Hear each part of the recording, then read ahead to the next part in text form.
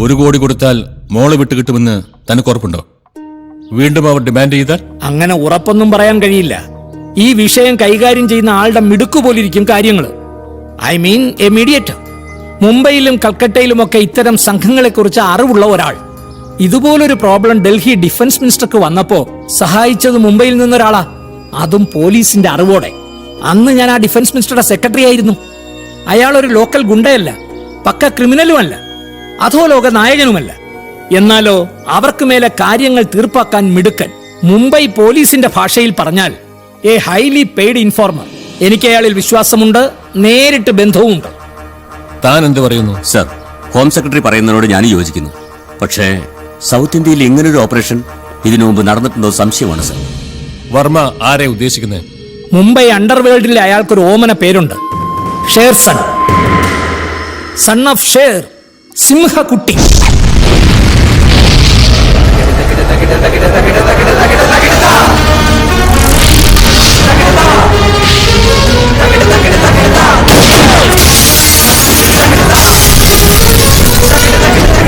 Actually, he is a Malayali. Original name is Christy. Christy Varghese Mapla.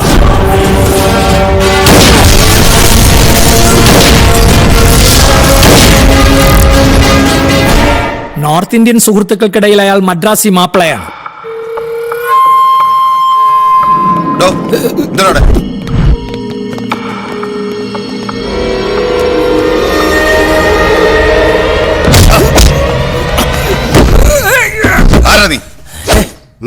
ഞാൻ ആരാണെന്ന് കേരള പോലീസിനും കേരളത്തിലെ പ്രമുഖരായ മന്ത്രിമാർക്കും എന്നെ അറിയാം. എന്നിട്ടും സാറിന് എന്നെ മനസ്സിലായില്ല. സാറേ, അയാളുടെ കുക്ക കുശിനിക്കാരൻ. ഒരു സിംഹക്കുട്ടി വരുന്നു എന്നറിഞ്ഞപ്പോ അറിയാതെ ഒളിഞ്ഞു നോക്കി പോയതാ സാറേ. അണ്ടർവേൾഡ് കിങ്, അധോലോക ചക്രവർത്തി എന്നൊക്കെ കേട്ടിട്ടേ ഉള്ളൂ. എനിക്ക് അദ്ദേഹത്തെ കാണാൻ കൊതിയാകുന്നു. പറയൂ സാർ, എപ്പോഴാ കിങ് വരുന്നത്? Hello Christy, I am Varma. See, I want to talk to a very serious matter.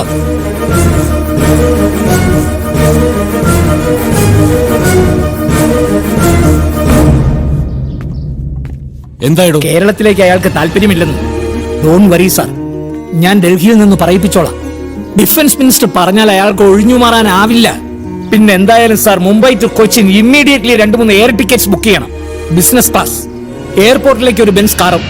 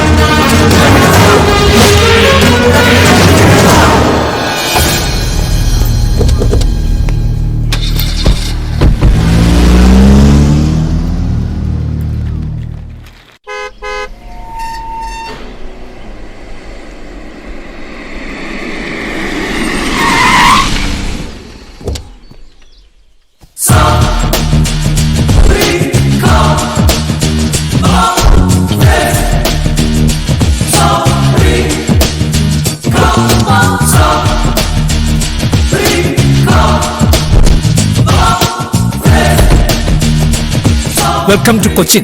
Minister Devilal Patel എനിക്ക് വളരെ വേണ്ടപ്പെട്ടയാളാണ്, അതുകൊണ്ട് മാത്രം.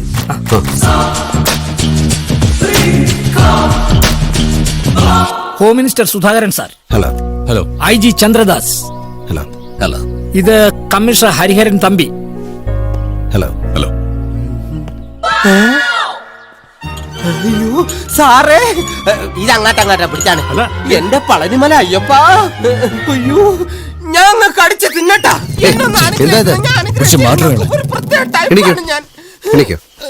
കുട്ടിക്കാലത്ത് അധോലോക സിനിമകൾ കണ്ടു കണ്ട് അധോലോക ചക്രവർത്തിയാകാൻ വേണ്ടി വീട്ടിൽ നിന്ന് നാട് വിട്ടിറങ്ങിയതാ ഞാൻ. ഇപ്പോഴും ഇവിടുത്തെ അടുക്കള ചക്രവർത്തിയായിട്ട് വാഴുന്നു. എന്നെ അനുഗ്രഹിക്കണം സാറിന് പാവം കിട്ടും.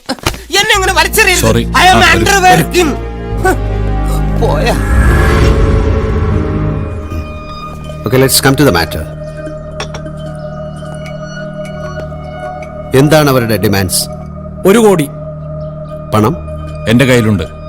എത്ര? 1 കോടി. അത് പോരല്ലോ. 2 കോടി 10 ലക്ഷം. 1 കോടി അവർക്ക്, 1 കോടി 10 ലക്ഷം എനിക്ക്.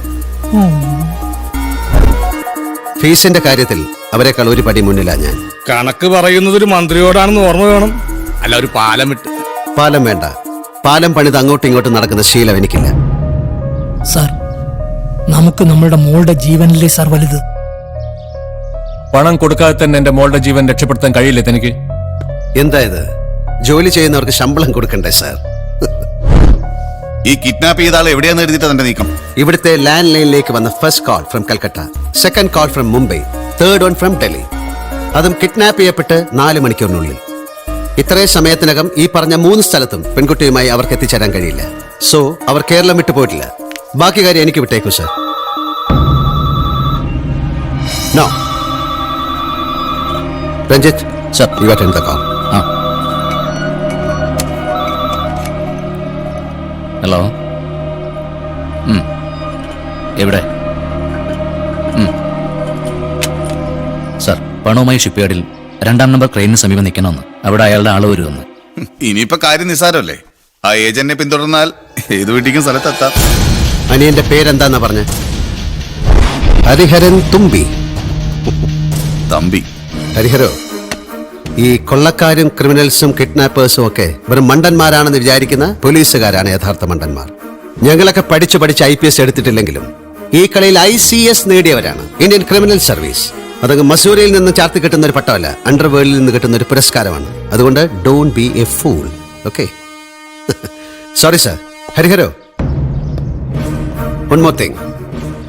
എന്നെ പിന്തുടർന്ന് എന്റെ മേൽ ആധിപത്യം സ്ഥാപിക്കാനുള്ള പോലീസിന്റെ തന്ത്രം എന്റെ അടുത്ത് കാണിച്ചാൽ നെഞ്ചിൽ കത്തികയറ്റിക്കളയും ഞാൻ. പിന്നെ അത് S ആകൃതിയിലുള്ളതാണോ T ആകൃതിയിലുള്ളതാണോ എന്ന് അന്വേഷിക്കാൻ ഉത്തരവിടേണ്ട ചുമതല മന്ത്രിക്കുണ്ടായിരുന്നു. Ranjith ji, take the phone.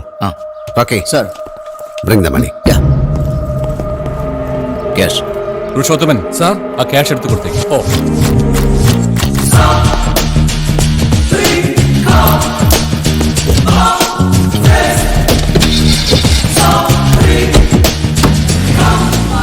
ആഭ്യന്തരമന്ത്രിയുടെ മുമ്പിൽ കിടന്നവന്റെ പ്രകടനം കണ്ടില്ലേ? ബോൾ ഇപ്പൊ അവന്റെ കോർട്ടിലാ. എന്റെ മോളെ തിരിച്ചു കിട്ടിയ പിന്നെ കേരളത്തിലെ മന്ത്രിയും പോലീസും ആരാണെന്ന് ഞാൻ കാണിച്ചു കൊടുക്കും.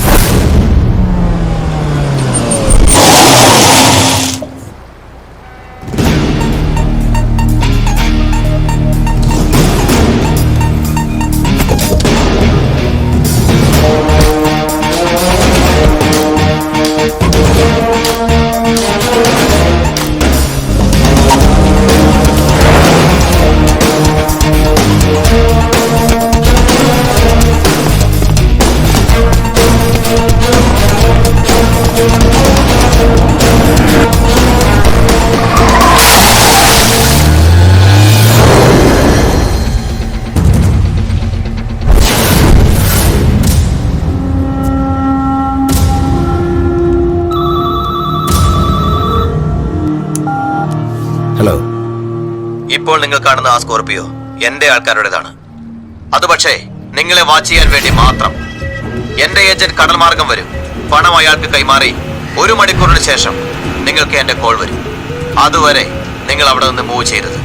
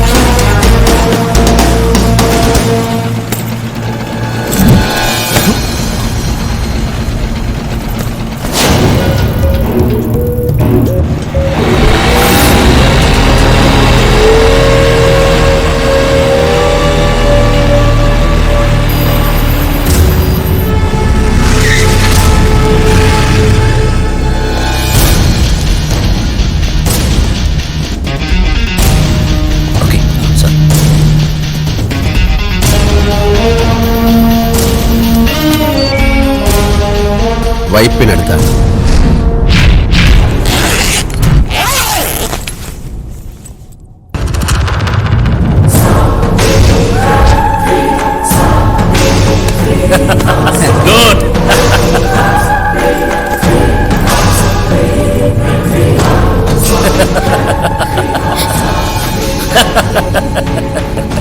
എന്റെ അച്ഛന്റെ കയ്യിൽ പണമില്ല, ഒരു ചില്ലി കാശ് നിങ്ങൾക്ക് കിട്ടില്ല എന്നൊക്കെ പറഞ്ഞിട്ട് ഇപ്പൊ എന്തായടേ? ഇത് കണ്ടോ, 1 കോടി രൂപ. പണം കിട്ടിയില്ലേ? ഇനി എന്നെ വീട്ടിൽ കൊണ്ടുവന്നാക്കും. അങ്ങനെ ഇപ്പൊ നിന്നെ ഉപേക്ഷിക്കാൻ പറ്റുമോ? കർത്താവായിട്ട് ഓരോ വഴി കാണിച്ചു തരുമ്പോ നമ്മളായിട്ട് അത് തട്ടിക്കളയരുത്.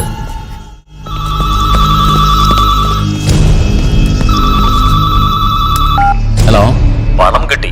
പെൺകുട്ടി, എന്റെ ഡിമാൻഡ്സ് കഴിഞ്ഞിട്ടില്ല. This is cheating.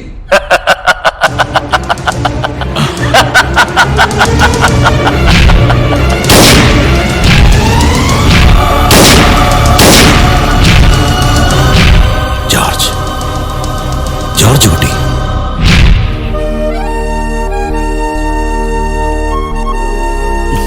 ഞാനും കണ്ടത്. നമസ്കാരം. നമസ്കാരം. ഇതാണ് പയ്യൻ. നല്ല സ്റ്റൈലും പയ്യനല്ലേ ചായ? എന്താ പേര്? ജോർജ് കുട്ടി. മുംബൈയിലാ ജോലി. 5-8 കൊല്ലമായിട്ട് സ്പെയർ പാർട്സിന്റെ ബിസിനസ്സാ. അവിടെ സ്വന്തമായിട്ട് ഫ്ലാറ്റും കാറും ഒക്കെ ഉണ്ട്. നാട്ടിൽ ബന്ധുക്കളായിട്ട് പറയത്തക്ക ആരുമില്ല. ഞാൻ വകയിൽ ഒരു അമ്മാവനാ. ഇതെന്റെ ഭാര്യ. പപ്പ 25 കൊല്ലം മുമ്പ്. അറിയാം, രാജ്യത്തിനു വേണ്ടി ജീവൻ ബലിയർപ്പിച്ച ജവാന്റെ മകനാണ് ആലോചനയുമായി വരുന്നെന്ന് അറിഞ്ഞപ്പോഴേ ഞാൻ തീരുമാനിച്ചു. അല്ല, മക്കളെത്രയാ? വർഗീസ് മാപ്പിളയ്ക്ക് മക്കള് 4, 2 ആണും 2 പെണ്ണും. ഇതെന്റെ മൂത്ത മകൻ ക്രിസ്റ്റി. നമസ്കാരം. സൗത്ത് ഇന്ത്യൻ ബാങ്കിലാ ജോലി. ഇളയവൻ ജോജി. അവനെവിടെ? ജോജി പ്രസന്റ്. ഞാനിവിടെ ഉണ്ട്. നേർന്ന് കിട്ടിയ സമ്പാദ്യ സെമിനാരി പഠിക്കുക അച്ചമ്പട്ടത്തിന്. കുടുംബത്തിൽ ഒരു പുരോഹിതൻ, അതിന്റെ അന്തസ്സൊന്നും വേറെ തന്നെയാ. ആർക്ക് ഇവിടെ എന്റെ ജന്മം പോയി നിൽക്കുക. ക്രിസ്റ്റി, മോളെ വിളിക്കടാ. ഒറ്റക്കൊണ്ട, ഞാനും വരാം. വന്നില്ലെങ്കിലോ?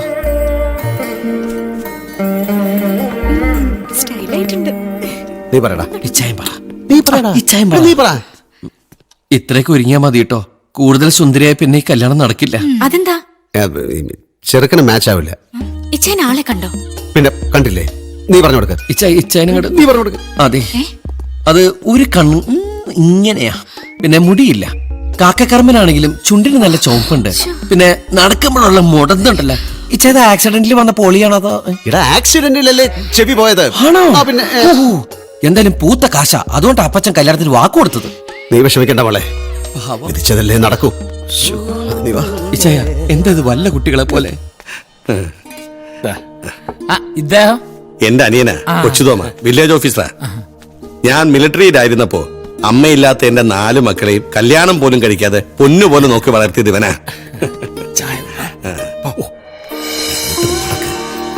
അങ്ങോട്ട്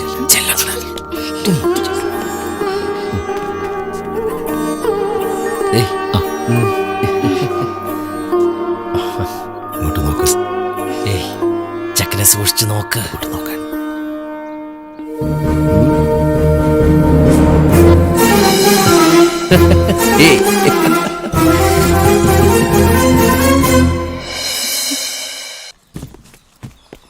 നിനക്ക് പ്രമോഷൻ ആയെന്ന് കേട്ടപ്പോ സന്തോഷം തോന്നി. പക്ഷേ പോസ്റ്റിംഗ് ബോംബെയിലാണെന്ന് അറിഞ്ഞപ്പോ ഈ പ്രമോഷൻ വേണ്ടെന്ന് വെച്ചാൽ യാത്ര ഒഴിവാക്കായിരുന്നു അല്ലേടാ തോമ? നിന്നെ പിരിഞ്ഞിരിക്കാനുള്ള വിഷമം കൊണ്ട് പറയുന്ന ദേ, ഒരു പട്ടാളക്കാരൻ നിസ്സാര കാര്യത്തിന് തളരാൻ പാടില്ല. 2 വർഷം കഴിഞ്ഞാൽ എനിക്ക് ഇങ്ങോട്ട് തന്നെ തിരിച്ചു വരാമല്ലോ, ബ്രാഞ്ച് മാനേജറായിട്ട്. ഇച്ചായ, ഇത് കണ്ടാ? ഈ കുടുംബത്തിലുള്ള സകല വട്ടിയും ചട്ടിയും മുഴുവൻ മുംബൈക്ക് കയറ്റിവിടെ ഇവള്. അയ്യോ, ഇതെല്ലാം അത്യാവശ്യം വേണ്ട ചില വീട്ടു സാധനങ്ങളാ. എന്തിനാ മോളെ ഇതൊക്കെ? താമസ സ്ഥലം ശരിയാണെന്ന് പറഞ്ഞാൽ ഞാൻ ജെസ്സിയുടെ ഫ്ലാറ്റിലല്ലേ. എന്റെ ജയ, ഇതെല്ലാം ചേച്ചിക്ക് കൊടുക്കാനുള്ളതാ. നീ വണ്ടിയിലോട്ട് ട്രെയിൻ എന്റെ പാട്ടിന് പിന്നെ ചായ, സോഫിയ കാണാനുള്ള സമയം മറക്കണ്ട. അപ്പച്ചൻ കേട്ടു.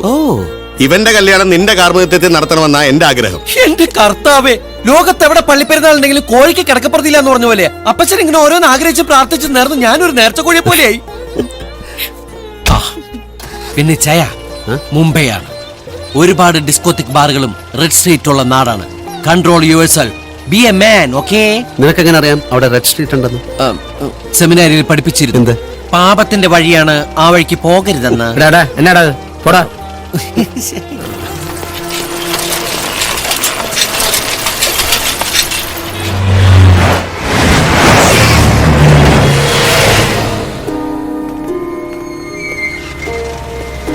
ടാക്സി ചെമ്പൂർ ജായക. അളിയനൊന്ന് നേരത്തെയാണല്ലോ. ഇന്ന് സാറ്റർഡേ അല്ലേ? ഓ, ഞാനതങ്ങ് മറന്നു. ജെസ്സി, അളിയൻ അന്തേരിൽ തന്നെ ഒരു ഫ്ലാറ്റ് റെഡിയാക്കിയിട്ടുണ്ട്. തിങ്കളാഴ്ച കീ കിട്ടും. അത് നന്നായി. ബാങ്കിൽ പോയി വരാൻ എളുപ്പമാ. ഈ ട്രെയിനിലുള്ള യാത്ര വലിയ പാടാ. 2 ആഴ്ച കൊണ്ട് ബോംബെ മടുത്തു. ശീലമായി കഴിഞ്ഞാൽ പിന്നെ എവിടെ വിട്ട് പോവില്ല. അതാണ് മുംബൈ. നീ എന്താടി വല്ലാതിരിക്കുന്നത്? നിനക്ക് എന്താ പറ്റിയേ? സുഖമല്ലേ? ഒന്നുമില്ല. വന്ന ദിവസം മുതൽ ഞാൻ ശ്രദ്ധിക്കുക, നീ ആകെ മാറിയിരിക്കുന്നു. നിന്റെ പഴയ പ്രസരിപ്പും കളിയും ചിരിയും ഒന്നുമില്ല. അത് ഏട്ടന് വെറുതെ തോന്നുന്നതാ. ഏയ്, ക്രിസ്റ്റി പറഞ്ഞത് ശരിയാ. വന്ന അന്ന് മുതലേ ഇവളിങ്ങനെ നാടും വീടും വിട്ടൊരു ഫ്ലാറ്റിൽ ഇങ്ങനെ ഒറ്റയ്ക്ക് ഇരിക്കുമ്പോ ആർക്കെങ്കിലും ഇങ്ങനെ തോന്നും. ഞാൻ പറഞ്ഞതാ, നാട്ടിൽ നിന്ന് വേണമെങ്കിൽ സ്റ്റെല്ലയെ കൂടി വരുത്താന്ന്. അത് വേണ്ട. ഇടി പിണകല്ലേ? ഓക്കെ, നാളെ സൺഡേ അല്ലേ? ഇവിടുത്തെ കിച്ചൺ റെസ്റ്റ്. നാളെ നമുക്ക് എല്ലാവർക്കും കൂടെ ഒന്ന് കറങ്ങാൻ പോകാം. ഓക്കെ, ഇതുപോലെ ഇവിളെയും കൂട്ടി ഇടയ്ക്കൊക്കെ ഒരു ഔട്ടിങ്ങിന് പോകണം. ജീവിതത്തിൽ ഇതൊക്കെ ഒരു രസം. അളിയൻ അറിയാഞ്ഞിട്ടാ ഞാൻ ഇവിളെയും കൊണ്ട് കറങ്ങാത്ത ഒരു സ്ഥലവും ബാക്കിയില്ല അല്ലടേ.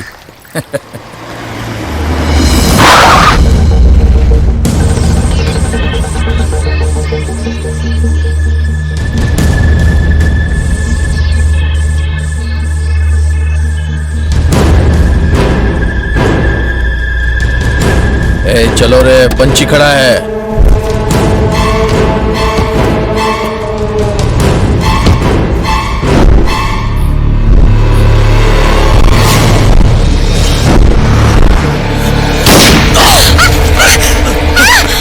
भाग रहा है, पकड़ो रे.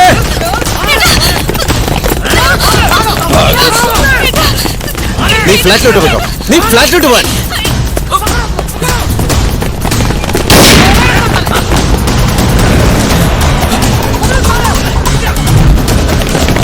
किधर भागेगा रे?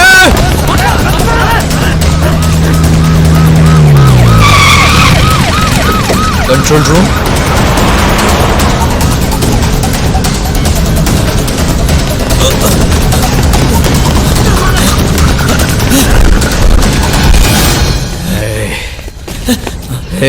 कान भाई मत मारो प्लीज, डोंट शूट मी. साले तू क्या समझा? करीम लाला चदिचटे मुंबई में तू जिंदा रह सकता क्या?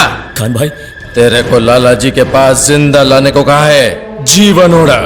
आज के बाद कोई मासूम लड़की को बेच के धंधा नहीं करेगा तू. ए पकड़ो साले.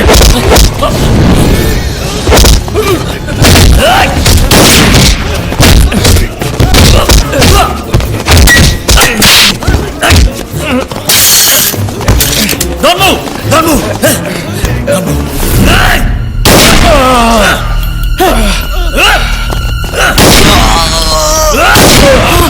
കാര്യം ലാല, അവന് വേണ്ടി നിനക്കൊക്കെ ചാവണ യോഗം.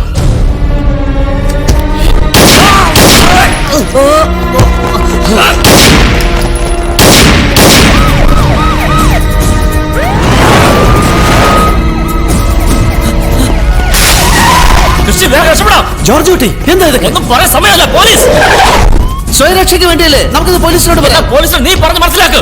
ഞാൻ വക്കീലുമായിട്ട് വരാം. ജോർജ് കുട്ടി, Don't move.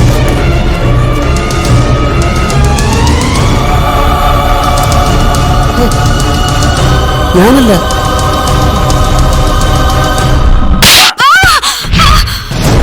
അതേടി, ഞാൻ ചെയ്ത കുറ്റത്തിന് തന്നെയാണ് നിന്റെ ഏട്ടൻ ജയിലിലായത്. എന്റെ ബിസിനസിന് നിന്റെ ഏട്ടൻ മുംബൈയിൽ ഉണ്ടാവാൻ പാടില്ല. നിങ്ങളൊരു ചതിയനാ. ഇത്രയും കാലം നിങ്ങളെ പേടിച്ചിട്ട് ഞാൻ ഏട്ടനോട് പോലും ഒന്നും പറയാതിരുന്നത്. ഇനി ഞാൻ എല്ലാം വിളിച്ചു പറയും. നിങ്ങളൊരു വൃത്തികെട്ട പിമ്പാണെന്ന്. സ്വന്തം ഭാര്യ പോലും. എന്റെ അപ്പച്ച എല്ലാം അറിയട്ടെ. ജെസ്സി, ജെസ്സി നിന്നോടാ പറഞ്ഞത്.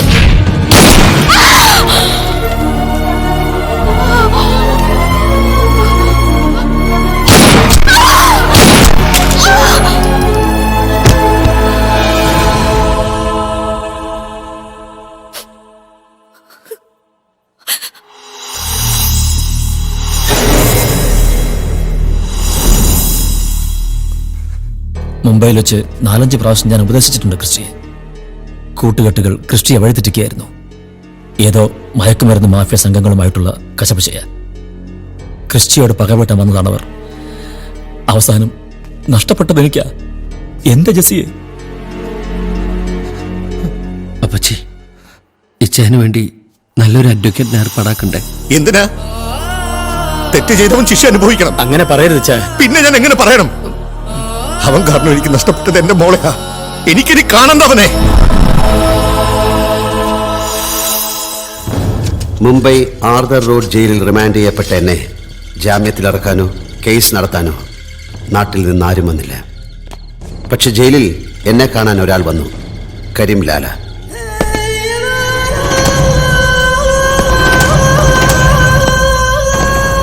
ജോർജ് കുട്ടിയുടെ ശത്രുവായ കരീംലാല എന്നെ ജാമ്യത്തിലിറക്കി.